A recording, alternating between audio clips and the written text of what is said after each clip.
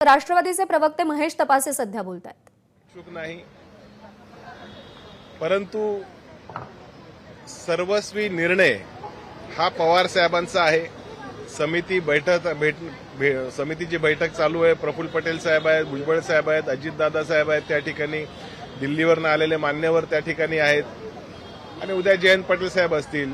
तर उद्या किंवा फार तर परवा ह्याच्यातला ठोस जी भूमिका आहे ती आपल्या समोर येईल। माझ्यासमोर मुंबईचे कार्याध्यक्ष देखील होते, रायगडचे आमचे प्रशांतजी देखील होते आणि अनेक युवकचे कार्यकर्ते, महिलाचे कार्यकर्ते, पदाधिकारी आणि सर्वांनी साहेबांना एकच विनंती केली की त्यांनी त्यांचा दिलेला राजीनामा हा मागे घ्यावा।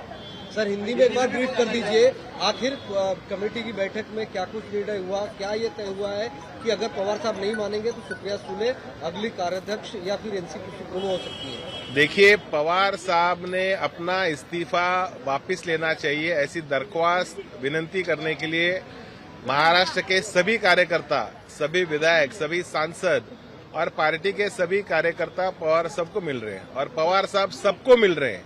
हमें भी मिले पवार साहब, हमसे पहले जो आए उनसे भी मिले और भी जो पदाधिकारी पार्टी के आने वाले उनसे भी मिले।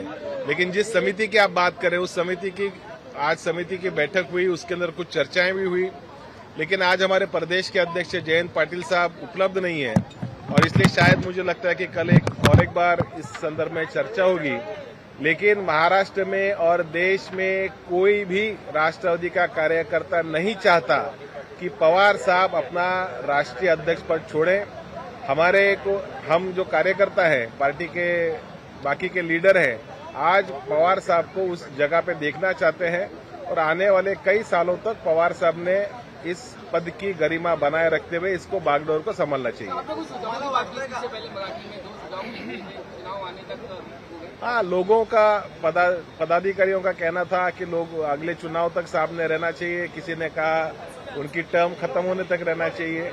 लेकिन आज के डेट में महाराष्ट्र का सभी पदाधिकारी और देश के सभी पदाधिकारी यही चाहते हैं कि पवार साहब ने राष्ट्रीय अध्यक्ष पद पर कंटिन्यू रहना चाहिए। महेश जी, इससे पहले कल अजितदादा ने कहा था कि जो भावनाएं पदाधिकारियों की है, कार्यकर्ताओं की है, वो कमेटी में डिस्कस करने के बाद पवार साहब के सामने पेश की है। लेकिन कमेटी की आज की जो फर्स्ट राउंड की मीटिंग हुई है, इसमें क्या नए नेतृत्व को लेकर चर्चा हुई या ये चर्चा हुई कि कैसे पवार साहब को मनाया जाए? पहले तो मेरी जानकारी यह है कि सभी लोग एक शॉक में हैं, क्योंकि किसी को भी ये इल्म नहीं था, ये जानकारी नहीं थी कि एक पुस्तक विमोचन के कार्यक्रम में पवार साहब अपना इस्तीफा देंगे।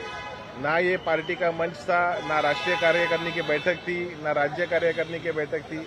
एक पुस्तक के विमोचन के समारोह में पवार साहब ने अपना इस्तीफा जाहिर किया और इसीलिए बहुत से नेताओं को, मतलब 99.9% नेताओं को ये जानकारी नहीं थी कि पवार साहब अपना इस्तीफा देंगे। तो कमेटी की बात में पूछ रहा था, कमेटी का आज पहले दिन की एजेंडा की बात है। अब कुछ लोग दिल्ली से आए हुए हैं, कुछ लोग और जगह से आ रहे हैं, इसलिए कमेटी की और एक बार बैठक होने की या कमेटी की लगातार बैठक होने की आशंका है। ठीक है।